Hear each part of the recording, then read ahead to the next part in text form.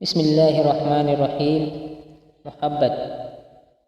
جو ذات شکم مادر میں بچے کی صورت گری کرتی ہے وہی ذات خیال اور احساس کی صورت گر بھی ہے۔ پیدا فرمانے والے نے چہروں کو تاثر دینے والا بنایا اور قلوب کو تاثیر کرنے والا۔ ہر چہرہ ایک رینج میں تاثر رکھتا ہے اور اس کے باہر وہ تاثیر نہیں ہوتی۔ دائرہ تاثیر صدیوں اور زمانوں پر بھی محیط ہو سکتا ہے۔ یہ خالق کے اپنے کام ہے۔ آنکھوں کو بینائی عطا فرمانے والا نظاروں کو رعنائی عطا فرماتا ہے۔ وہ خود ہی دل پیدا فرماتا ہے، خود ہی دلبر پیدا فرماتا ہے اور خود ہی دلبری کا خالق ہے، بلکہ وہ خود ہی سر دلبراں ہے۔ محبت کوشش یا محنت سے حاصل نہیں ہوتی، یہ عطا ہے، یہ نصیب ہے، بلکہ بڑے ہی نصیب کی بات ہے۔ زمین کے سفر میں اگر کوئی چیز آسمانی ہے تو وہ محبت ہی ہے۔ محبت کی تعریف مشکل ہے، اس پر کتابیں لکھی گئیں، افسانے رقم ہوئے، شعراء نے محبت کے قصیدے لکھے، مرثیے لکھے۔ محبت کی کیفیات کا ذکر ہوا، وضاحتیں ہوئیں، لیکن محبت کی جامع تعریف نہ ہو سکی۔ واقعہ کچھ اور ہے، روایت کچھ اور بات صرف اتنی سی ہے کہ ایک چہرہ جب انسان کی نظر میں آتا ہے تو اس کا انداز بدل جاتا ہے۔ کائنات بدلی سی لگتی ہے، بلکہ ظاہر و باطن کا جہاں بدل جاتا ہے۔ محبت سے آشنا ہونے والا انسان ہر طرف حسن ہی حسن دیکھتا ہے۔ اس کی زندگی نثر سے نکل کر شعر میں داخل ہو جاتی ہے۔ اندیشہ ہے سود و زیاں سے نکل کر انسان جلوہ جانا میں گم ہو جاتا ہے۔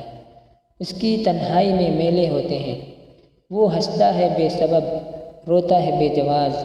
محبت کی کائنات جلوہ محبوب کے سوا اور کچھ نہیں۔ محبوب کا چہرہ محب کے لیے کعبہ بن کے رہ جاتا ہے۔ محبت انسان کو زمان و مکان کی ظاہری قیود سے آزاد کر دیتی ہے۔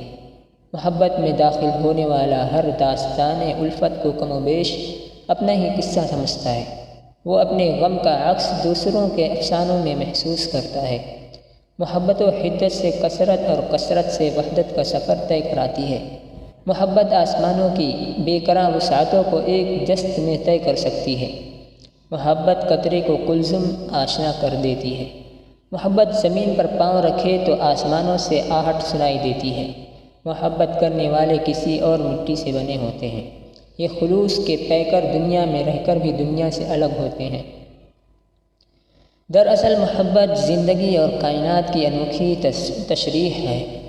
یہ قرآن فطرت کی الگ تفسیر ہے۔ یہ حیات و مرگ کے مخفی رموز کی جداگانہ آگہی ہے۔ محبت میں دھڑکنے والے دل کے ساتھ کائنات کی دھڑکنیں ہم آہنگ ہو جاتی ہیں۔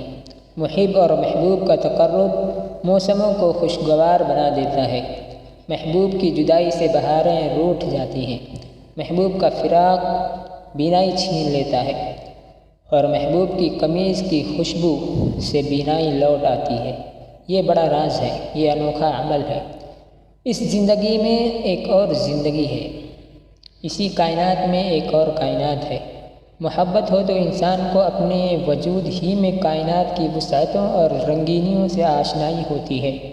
اسے خوشبوؤں سے تعارف نصیب ہوتا ہے، اسے آہٹیں سنائی دیتی ہیں، وہ دھڑکنوں سے آشنا ہوتا ہے، اسے نالے نیم شب کا مفہوم سمجھ میں آتا ہے۔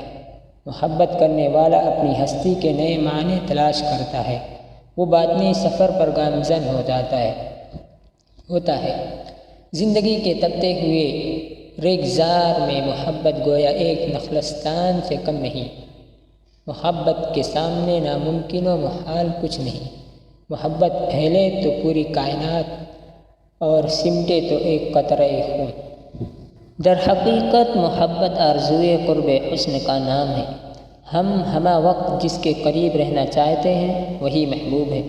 محبوب ہر حال میں حسین ہوتا ہے، کیونکہ حسن تو دیکھنے والوں کا اپنا انداز نظر ہے۔ ہم جس ذات کی بقا کے لیے اپنی ذات کی فنا تک بھی گوارا کرتے ہیں وہی محبوب ہے۔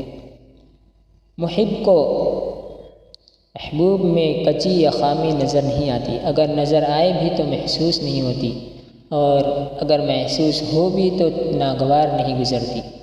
محبوب کی ہر ادا دل بری ہے، یہاں تک کہ اس کا ستم بھی کرم ہے، وفا بھی پر لطف اور جفا بھی پر کشش۔ محبوب کی جفا کسی محب کو ترک وفا پر مجبور نہیں کرتی، دراصل وفا ہوتی ہی بے وفا کے لیے ہے۔ محبوب کی راہ میں انسان معذوری و مجبوری کا اظہار نہیں کرتا۔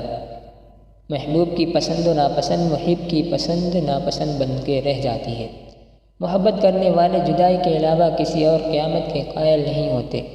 محبت اشتہائے نفس اور تسکین وجود کا نام نہیں، اہل ہوس کی سائیکی اور ہے، اور اہل دل کا انداز فکر اور۔ محبت دو روحوں کی نہ ختم ہونے والی باہمی پرواز ہے۔ محبت کے لیے کوئی خاص عمر مقرر نہیں، محبت زندگی کے کسی دور میں بھی ہو سکتی ہے۔ یہ بھی ممکن ہے کہ ایک انسان کو پوری زندگی میں بھی محبت سے آشنا ہونے کا موقع نہ ملے۔ روز دل پروانہ کسی مغز کے نصیب میں نہیں ہوتا۔ عقیدوں اور نظریات سے محبت نہیں ہو سکتی، محبت انسان سے ہوتی ہے۔ اگر پیغمبر صلی اللہ علیہ وآلہ وسلم سے محبت نہ ہو تو خدا سے محبت یا اسلام سے محبت نہیں ہو سکتی۔ یہاں یہ سوال پیدا ہوتا ہے کہ مجاز کیا ہے اور حقیقت کیا ہے؟ دراصل مجاز بذات خود ایک حقیقت ہے، اور یہ حقیقت اس وقت تک مجاز کہلاتی ہے جب تک رقیب ناگوار ہو۔ جس محبت میں رقیب قریب اور ہم سفر ہو وہ عشق حقیقی ہے۔ اپنا عشق اپنے محبوب اپنے تک ہی محدود رکھا جائے تو مجاز، اور اگر اپنی محبت میں کائنات کو شریک کرنے کی خواہش ہو تو حقیقت۔ رانجھے کا عشق مجاز ہو سکتا ہے، لیکن وارث شاہ کا عشق حقیقت ہے۔ عشق حقیقی عشق نور حقیقت ہے، یہ نور جہاں سے بھی آیا ہوگا عاشق کے لیے محبوب ہوگا۔ عشق نبی صلی اللہ علیہ وآلہ وسلم عشق حقیقی ہے، عشق آل نبی صلی اللہ علیہ وآلہ وسلم عشق حقیقی ہے، عشق اصحاب نبی صلی اللہ علیہ وآلہ وسلم عشق حقیقی ہے، عشق جامی عشق حقیقی ہے۔ اویس قرنی رحمۃ اللہ علیہ کا عشق حقیقی ہے، عشق رومی رحمۃ اللہ علیہ عشق حقیقی ہے، بلکہ علامہ اقبال کا عشق بھی عشق حقیقی ہی کہلائے گا۔ اگر قطرۂ شبنم واصل قلزم ہو اور آنسو بھی سمندر سے واصل ہو تو شبنم اور آنسو کا عشق بھی عشق قلزم یا عشق حقیقی کہلائے گا۔ پیر کامل کا عشق عشق نبی ہی کہلائے گا صلی اللہ علیہ وآلہ وسلم۔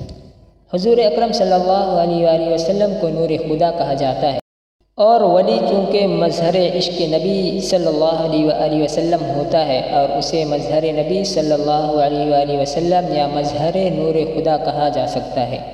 پیر کامل کو عشق میں صورت ذل الہ کہنا جائز ہے۔ مولانا روم نے اس کو یوں کہا ہے: ہر کے پیر و ذات حق را یک ندید، نے مریدو نے مریدو نے مرید۔ بہرحال عشق مجازی کو بوسیلہ شیخ کامل عشق حقیقی بننے میں کوئی دیر نہیں لگتی۔ ہر انسان کے ساتھ محبت الگ تاثیر رکھتی ہے۔